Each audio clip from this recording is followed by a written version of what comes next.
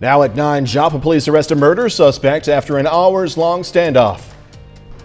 President Biden speaks with Ukraine's president on the heels of his video call with his Russian counterpart. I'm Lauren Blanchard in Washington with the latest from the White House coming up. The 4 states' most watched news starts now. Thank you for joining us tonight. I'm Jordan Abbey. Joplin police arrest a murder suspect from Illinois after a 10-hour-long standoff. Joplin police say around 1 a.m. an officer spotted the suspect, Christopher Eccles, tried to stop him, but Eccles ran off to a house on South Connor.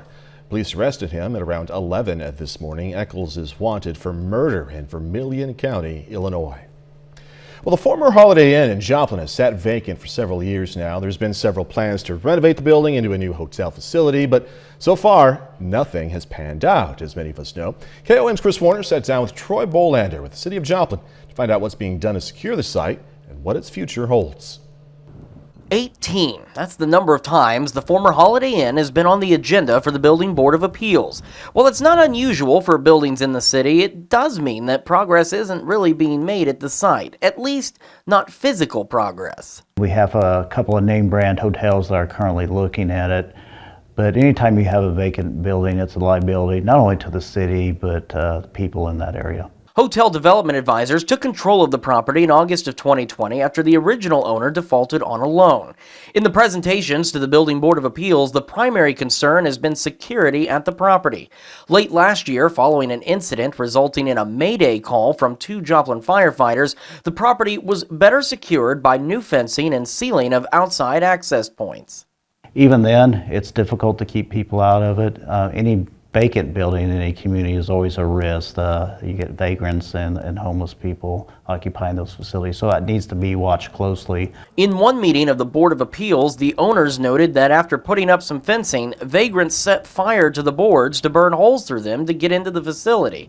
In terms of getting something started, even with prospects on the table, Bolander says he's cautiously optimistic. And unfortunately, that's a complicated project and a very expensive project, so you've seen a lot of deals that didn't come to fruition. Probably the latest one we've seen so far is the most promising. Try to manage expectations. Nothing's for sure until you get the building plans and someone applies for a permit. As for the building being a danger, Bolander says the Board of Appeals can order a demolition if progress isn't made. I think the leverage that you see or that the city has is actually through the building board. They've been watching it closely, so if they don't see progress or the investment group moving forward, then they'll make sure that something occurs that will happen at that location. But now they're giving the owner an opportunity to fix the situation. In Joplin, Chris Warner, KOAM News. Bolander says that while the building is not part of the new 32nd Street Place, it is part of the TIF district, and TIF funds could potentially be used to help rehab the property if a name brand hotel does decide to move forward with the building. Joplin Regional Airport has completed some improvements over the summer. One of the runways was rebuilt and runway lights were replaced. In total, the project cost $14.5 million. City paid $600,000. The other $13.9 million came from a federal CARES Act grant. Officials say the improvements are going to boost the local economy. One of the things that we needed to do as we moved into this, whatever we're going to go into the future, is having the capability of handling some larger aircraft on that runway, because we just do not know at this point in time what the market is going to bear. After a rededication ceremony, guests were able to taxi out to the runway to check things out. Foreign policy remains a top focus for President Biden today, virtually hosting dozens of leaders to talk about democracy. Meanwhile, the president is still dealing with the latest Russian military buildup on the doorstep of Ukraine. Fox's Lauren Blanchard has the latest now from D.C. Well, hello, everyone, and welcome to the first Summit for Democracy. President Biden began Thursday with more than 100 world leaders to talk about the state of democracy. Democracy doesn't happen by accident. This is an urgent matter on all our parts, in my view, because the data we're seeing is largely pointing in the wrong direction. Some of those not invited: Russia, China, Hungary, and Turkey. The video conference just days after President Biden's video call with Russian President Vladimir Putin. A top concern for the administration and European allies is the buildup of thousands of Russian troops near the Ukrainian border. President Putin says he's not planning to invade. Still, President Biden has threatened severe consequences if he does. We have presented a diplomatic path forward. That certainly is our preference. President Biden spoke with Ukrainian President Volodymyr Zelensky following the summit. Zelensky has publicly thanked the U.S. for its support. Meanwhile, many Republicans and some analysts say President Biden is not doing enough for Ukraine. We're not giving them anywhere close to what they've asked for. He looks weak. And that weakness is dangerous. President Biden has said he is not yet prepared to send U.S. combat troops to Ukraine were Russia to invade. In Washington, Lauren Blanchard, Fox News. Missouri Attorney General Eric Schmidt warning school districts and local public health departments that he will take legal action if they do not stop enforcing COVID-19 related health orders like mask mandates and quarantine rules. In letters sent this week, Schmidt cited a Cole County judge's ruling last month that said health orders issued by local authorities under state health regulations were, quote, null and void. Schmidt's office is asking Missourians to send in photos and video from school districts that are still enforcing mask policies. There's some new options for doctors and healthcare providers as the FDA announces an expansion of booster shot access. Fox News correspondent Jonathan Seary has more now from Atlanta. Federal health officials putting a big focus on containing the Omicron variant. President Biden meeting with his COVID response team at the White House as the strain spreads quickly. It's now in at least 22 states. Researchers say it's the most contagious variant we've seen so far, and at this rate, it could become more dominant than Delta in a matter of weeks. But so far, almost all cases have been mild, and the White House is stressing vaccines and boosters are effective, and access to those boosters just expanded. The FDA authorizing additional doses of Pfizer's vaccine for teenagers 16 and older, saying there are no major safety concerns. A growing number of doctors now acknowledging it's likely more shots will be needed in the coming months. We should anticipate that you're going to have to be vaccinated every probably 6 months or so until we solve the problem of getting a more durable vaccine. The spread of Omicron comes amid a major new surge in cases. More than 30 states now seeing a spike. In Wisconsin, hospitals are so overwhelmed, 5 FEMA teams are en route to relieve desperate doctors and nurses. We are seeing patients in the hospital who are younger than was the case at this time last year, and they are staying in the hospital longer. And the governors of Maine and New Hampshire have activated National Guard units to help overwhelmed hospitals there. In Atlanta, Jonathan Seary, Fox News. Families of nearly 61 million children could get their last child tax credit payment this month if Congress does not act soon. President Biden's Build Back Better agenda, which passed in the House, includes a 1-year extension of these monthly payments, but the legislation faces an uphill battle in the Senate. The IRS has told some lawmakers the bill needs to pass in 19 days. That's in order for the payments to continue in January. KOAM News at 9 and Fox 14 takes this time now to honor another 4-state hero. William Ellicott served the U.S. Navy from 1943 to 45. Native of Neosho, Missouri, Ellicott was in the South Pacific. We are proud to thank and salute Chief Petty Officer William Ellicott. He's tonight's 4-state hero. Doug Katie's next with a complete look at the forecast. A bit later, the Lady Eagle Classic getting started today over at Joplin High School. We're going to have highlights from the Eagles tournament opener in sports.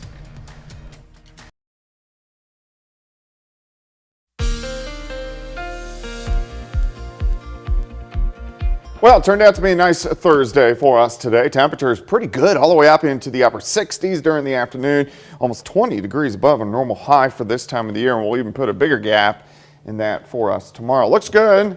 Nice shot. This is Indigo Sky Casino and Resort. Of course, Indigo is just outside of Seneca, Missouri. We've had pretty much clear skies throughout the day. Temperatures were great. Everybody upper 60s to near 70 for highs.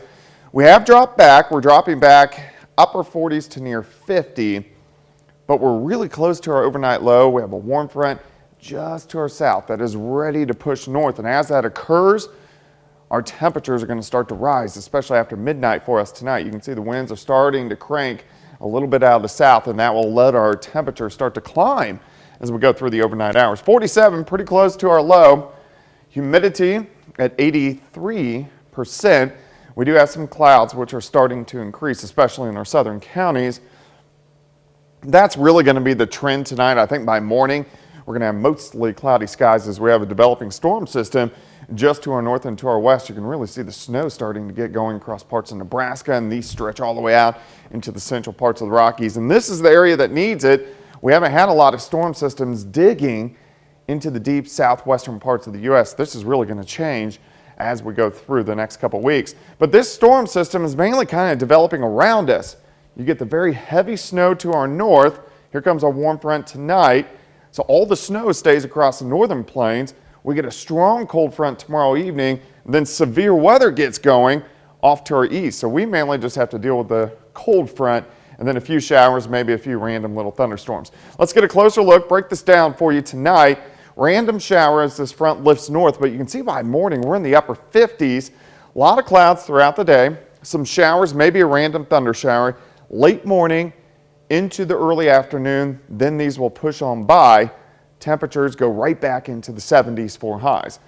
So 56 by 6, 70 by noon, high temp right around 74. The cold front advances in tomorrow evening, so we may get a random thunderstorm along the front. Here's 9 p.m. This is a strong front. Plows through. We drop all the way down near freezing by Saturday morning, and then Saturday afternoon we kind of struggle to recover. High temps only near 50 degrees. We already start to warm things back up by Sunday, back into the mid-50s, 60s by Monday, Tuesday, into Wednesday with our next storm system. Another strong system pulls out into the central plains. So we're near our overnight low now. We'll start to climb after midnight. 74 tomorrow, 50 on Saturday, 56. By Sunday, back into the 60s and 70s by the middle of next week. Jordan? All right, Doug, thanks so much. You ever say to yourself, man, this weather is making me weird, making me crazy? Record highs and extreme lows in temperatures may drive you crazy, but it won't necessarily make you sick. That's according to a medical expert from WebMD. Drastic changes in temperatures, or yo-yo weather, appropriately named, does not make you sick, but it can make you feel sick. Back and forth puts your body under stress, which in turn impacts your immune system, usually causing headaches, runny noses, watery eyes, drowsiness. And despite what is commonly thought, cold weather does not actually make you sick, but not taking care of yourself in the frigid months can. Just so you know, take care of yourself. We're here for you. Coming up, the body of Bob Dole lying in state. A tribute to an American icon and World War II hero.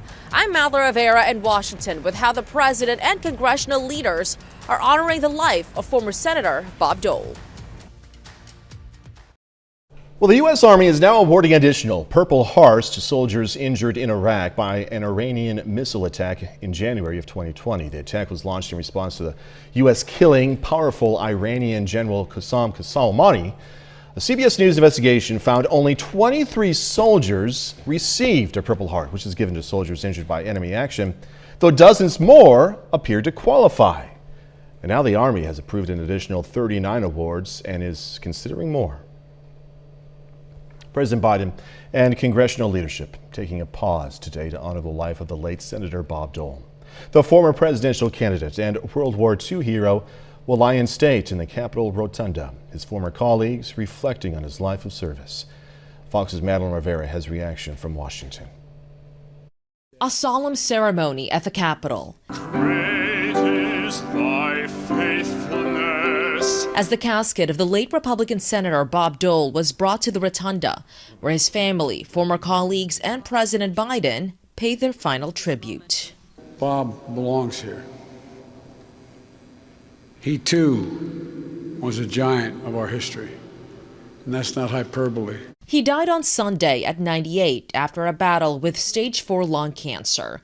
Now he has the honor of lying in state, marking a legacy that included 36 years of service in Congress, where he was known to cross the aisle. Bob never hesitated to work with Democrats to get things done. The late Kansas senator ran for the Republican presidential nomination 3 times.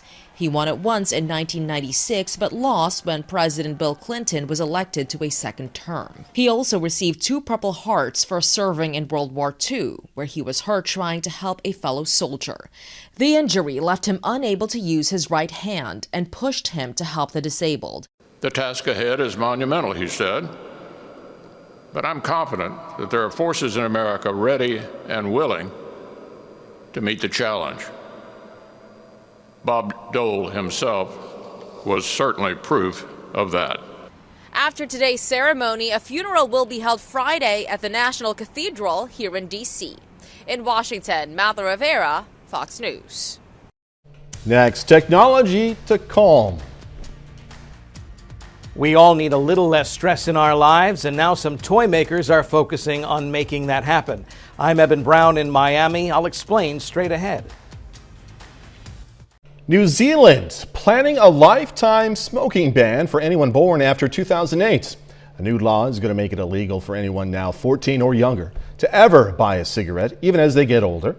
The minimum age to purchase cigarettes will keep rising year after year. The new law is expected to take effect next year. And while smoking is going to be banned for future generations, New Zealand's government will still allow vaping.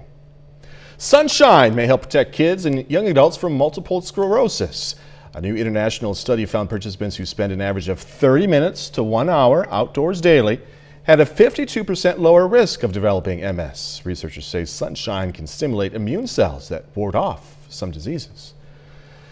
With stress among kids at an all-time high because of this pandemic going on, a new trend of calming toys is emerging. Fox's Eben Brown has more from Miami in this edition of our Fox on Tech series. As the COVID pandemic grinds on, there's increasing focus on helping parents with kids who might be feeling overwhelmed by mandates and shutdowns, with a number of toy companies using technology to find ways to keep children calm during the pandemic, including Purble, a new interactive pet developed by the Rhode Island-based company Sproutel.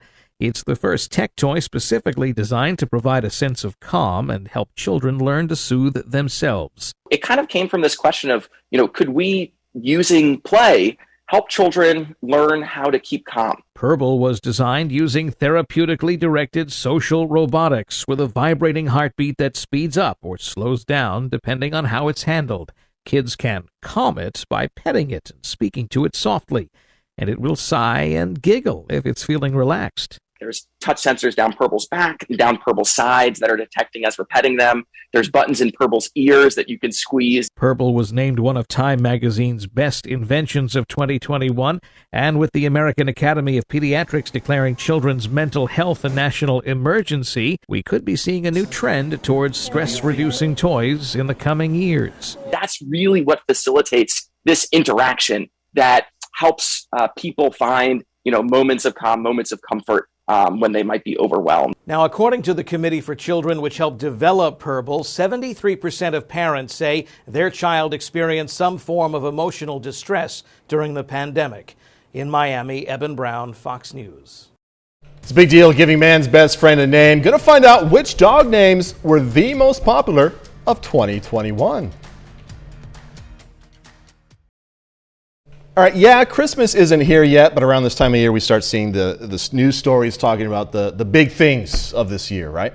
Google has released its year in search lists for 2021. In 2020, coronavirus predictably topped the trending search list globally and dominated much of the U.S. list. This year, the top trending global searches focused on sports, with sports searches making up 8 of the top 10.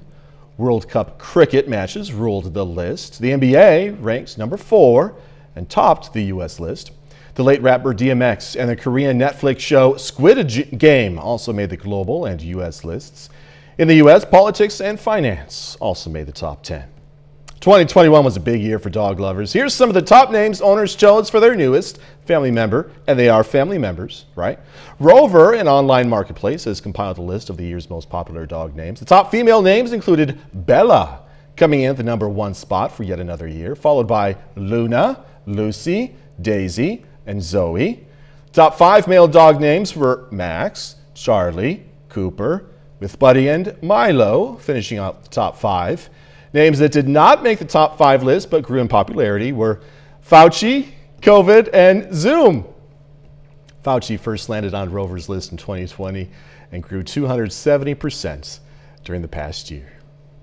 Cute dogs. All right, 30 more minutes, news, weather, and sports coming away. The Better Business Bureau putting out a warning about scams, speaking of dogs, scams from buying pets online. Also, the jury in the trial for former Empire actor Jussie Smollett reaches a verdict. The Better Business Bureau is warning people about possible scams when buying a pet online. A BBB study shows people buying a pet online are, quote, very likely to come across a scam. And they say it's only gotten worse during the pandemic, as more people look for a furry friend to get through this isolation. Victims of these kinds of scams have been reported in Joplin, Neosho, Oronogo, among other area cities. So every year, Better Business Bureau sees an increase in people buying puppies online. And what we do see, unfortunately, is we also are seeing a huge increase in scammers impersonating real pet breeders. And so what we're seeing is a lot of people are losing a lot of money. If you are looking for a pet, don't forget to check out your local Humane Society. Heads up here, children's bathrobes sold online at Walmart and Amazon are being recalled over burn risks. The Consumer Product Safety Commission says about 10,000 Star Art in Linen branded robes are involved in the recall. They were made by Mark of Fifth Avenue. CPSC says they don't meet federal flammability standards for children's sleepwear and pose a risk of burn injuries to children. Polyester robes were sold in 6 children's sizes. So far, no injuries, thankfully, associated with the recalled robes have been reported.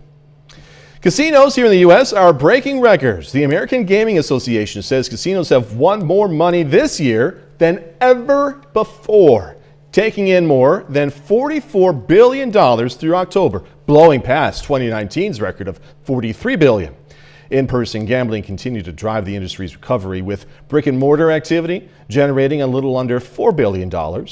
Americans wagered a record $7 billion on sports in October, bringing the year-to-date total amount bet to $42 billion. A new report says workers could see a major pay raise in 2022. According to the Conference Board, base pay is expected to increase by an average of nearly 4% next year.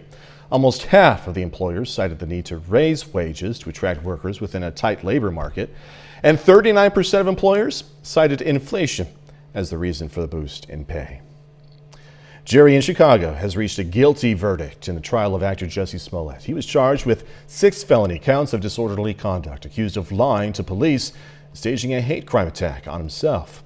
After more than 9 hours of deliberation, a jury of 6 men and 6 women found him guilty on 5 of the 6 counts. Reporter Charlie DeMar has the latest.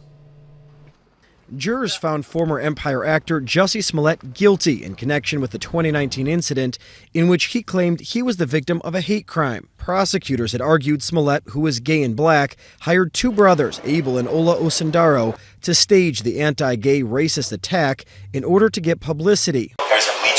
Police body camera video shows the actor telling officers his attackers doused him with bleach and put a rope around his neck. During the trial, Abel Osundaro testified Smollett wrote him a check for $3,500 for a workout program and for helping to orchestrate the incident. Smollett denied that claim, testifying in his own defense that the check was for nutrition and training advice and insisting there was no hoax. The case involves several twists, including the state's attorney Kim Foxx unexpectedly dropping the charges against Smollett, sparking protests. A special prosecutor later assigned to the case charged Smollett with 6 counts of felony disorderly conduct. The judge will sentence Smollett at a later date. He faces up to 3 years in prison. Josh Duggar, the former star of 19 Kids and Counting, was taken to jail today. This after a federal jury in Fayetteville, Arkansas, found the 33-year-old guilty on 1 count each of receiving and possessing child pornography. No word on a sentencing date, but he does face up to 20 years in prison. Duggar was a star of the show 19 Kids and Counting. The show was canceled, however, in 2015 after allegations Duggar molested some of his sisters, also a babysitter. A bit later, some scientists saying there's a different type of harmful waste. Your leftovers could be hurting the environment. I'm Ashley Strohmeyer with more on how food waste contributes to climate change and the creative solutions being used to solve the problem coming up.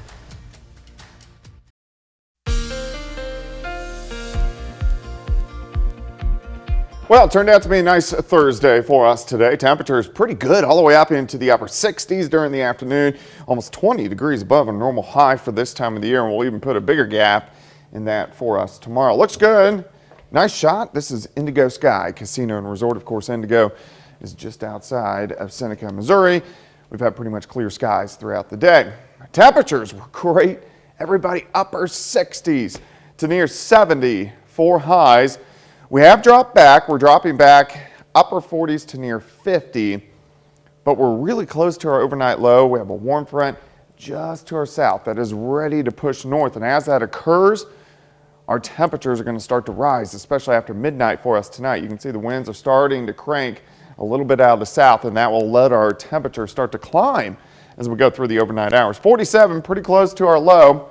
Humidity at 83%. We do have some clouds which are starting to increase, especially in our southern counties. That's really going to be the trend tonight. I think by morning we're going to have mostly cloudy skies as we have a developing storm system just to our north and to our west. You can really see the snow starting to get going across parts of Nebraska, and these stretch all the way out into the central parts of the Rockies. And this is the area that needs it. We haven't had a lot of storm systems digging into the deep southwestern parts of the U.S. This is really going to change as we go through the next couple weeks. But this storm system is mainly kind of developing around us. You get the very heavy snow to our north. Here comes our warm front tonight. So all the snow stays across the northern plains. We get a strong cold front tomorrow evening, and then severe weather gets going off to our east. So we mainly just have to deal with the cold front and then a few showers, maybe a few random little thunderstorms. Let's get a closer look, break this down for you tonight. Random shower as this front lifts north, but you can see by morning we're in the upper 50s. A lot of clouds throughout the day. Some showers, maybe a random thunder shower.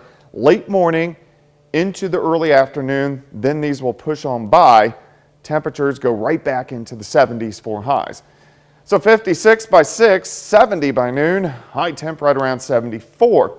The cold front advances in tomorrow evening, so we may get a random thunderstorm along the front. Here's 9 p.m. This is a strong front. Plows through. We drop all the way down near freezing by Saturday morning, and then Saturday afternoon we kind of struggle to recover. High temps only near 50 degrees. We already start to warm things back up by Sunday, back into the mid-50s, 60s by Monday, Tuesday, into Wednesday with our next storm system. Another strong system pulls out into the central plains. So we're near our overnight low now. We'll start to climb after midnight. 74 tomorrow, 50 on Saturday, 56. By Sunday, back into the 60s and 70s by the middle of next week. Jordan? Doug, thanks again so much. The next time you sit down for a meal, you may want to consider what you do with those leftovers. Fox News correspondent Ashley Strohmeyer has more on how your food waste is harming the planet and what you can do to save it.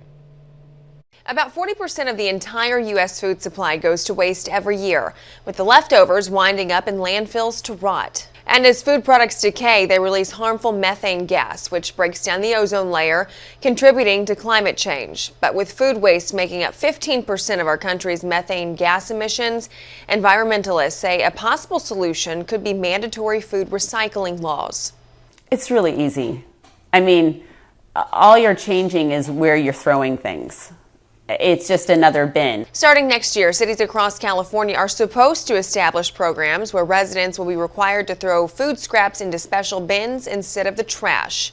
Those bins will then be taken away to facilities for composting, limiting greenhouse gas emissions.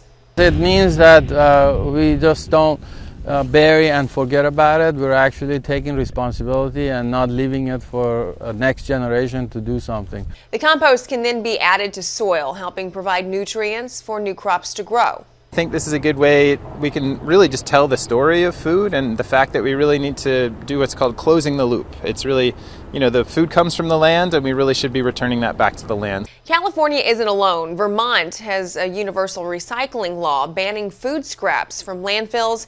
And starting January 1st, New York State will require businesses making 2 tons of food waste per week or more to recycle it. Ashley Strohmeyer, Fox News. Coming up in sports, highlights from the opening day of the Lady Eagle Classic at Joplin High School. Also, a Seneca softball standout signing to continue her career at a local college. Jacob Leonard joins us with that and more next.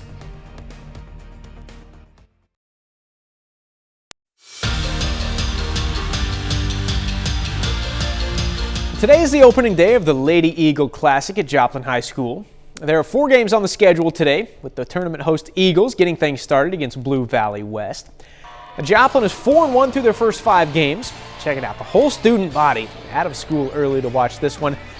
First quarter, Ella Hafer got her with the fake there. Eagles lead by 2 going to the second. It was a big quarter for Joplin. Hafer board and the putback plus the foul. She finishes with 8. Then Emma Floyd. Great look to Scarlett Floyd. She scores. Finally, Bryn Driver to Brooke Nice. Nice buries the 3. Eagles get the lead to 26-14 at halftime. The second half, Bryn Driver, nobody guards her, just turns around and hits the jumper. She ties for a team high with 12. Brooke Nice, the other one getting 12 today. Nice hits 3 threes. Joplin wins the tournament opener today, 49-32. Also in the Lady Eagle Classic tonight, Carl Junction hits the floor against the Rogers Mountaineers. CJ aims to bounce back from its first loss to Girard, and that's what they did. Bulldogs take down Rogers 56-36. In other local tournament action, today is the opening day of the Carthage Boys Invitational. Tigers will hit the floor for their first game later, but kicking things off this afternoon, Webb City opens the tournament against West Plains. Now on the fast break, Dante Washington fakes and puts it in. 16 points in this one for Washington. Then Caden Turner, look at him, getting up and putting it down. He gets 11. Isaiah Briscoe with the steal. Nice pass here from Washington to Baron Duda for the finish. Cards up 18-13. Another takeaway here. William Hayes in the paint. Bank shot for 2. We're tied at half, but West Plains gets a 2-point win in the end, 50-48.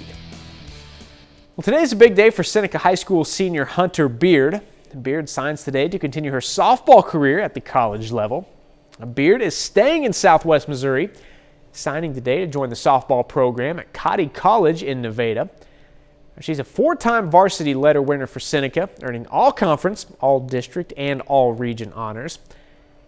And this is the unique part. She's signing today at just 16 years old. I skipped a grade when I was in first grade, and then I started playing at the same age as everybody, and I guess I just kind of kept going. It's definitely like scary too, because like they're like, I know that going to college they're going to be like 20, 21-year-olds, and I'm going to be 16, so that's kind of scary, but I think it'll be fun. And that's a look at sports. We're back with more news after this. At some point each year, about 3.5 million young adults here in the U.S., ages 18 to 25, are homeless. Business in Virginia is stepping up to help by only hiring young people who are homeless or at risk. Reporter Christina Ruffini shows us how it's giving them a clean start to a promising future. Connor Copley's job sucks and buffs. I like it. It's a good job. And at times, shines. Why does your side look better than my side? Probably because I've been working here for 3 months. Here at Detail Works, near Burlington, Vermont, employees work from the inside out, both on the cars and themselves. Growing up, did you think that you would end up being in a shelter at some point? No, I had much higher hopes than that. For the past 2 years, Copley has lived at this shelter run by Spectrum Youth and Family Services. The organization helps at-risk young people like him find jobs. Trouble was, only 40% were able to keep them.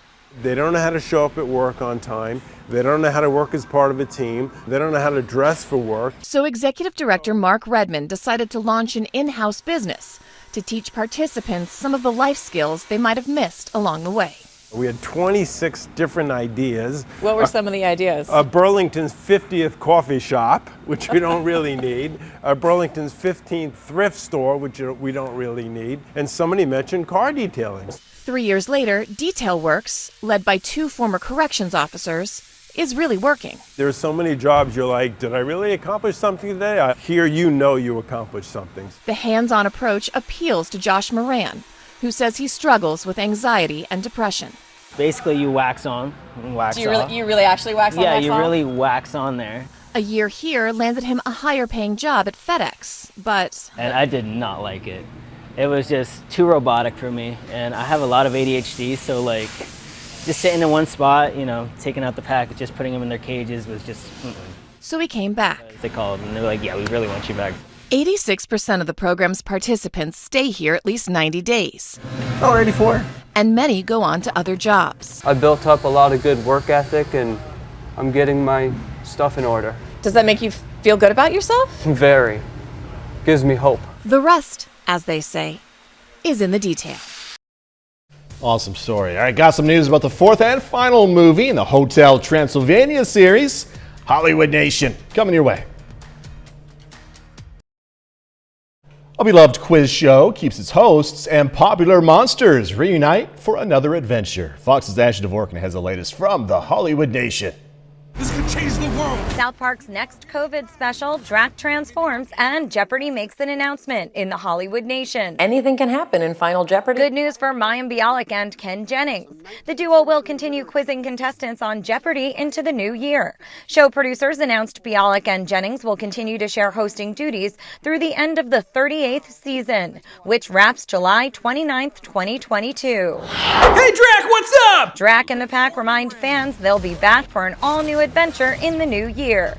Amazon Prime Video has released a new trailer for Hotel Transylvania Transformania. The fourth and final chapter in the franchise features Dracula and the other monsters being turned into humans. It will debut on the streamer January 14th. You're not going to like what you're about to see. And Paramount Plus has set a premiere date and released a first look trailer for its next South Park special. South Park Post-COVID, The Return of COVID, premieres December 16th and will be a direct continuation of last month's Thanksgiving movie event, South Park Post-COVID. The films are among 14 original TV movies from series creators Trey Parker and Matt Stone, as part of a major deal they signed with Viacom CBS in August. In Hollywood, Ashley Dvorkin, Fox News. And that's our time for tonight. Thanks for joining us. Going to leave you with video of a tiger at the London Zoo playing with candy canes. Arr. Be safe. Do this all again tomorrow. See you then.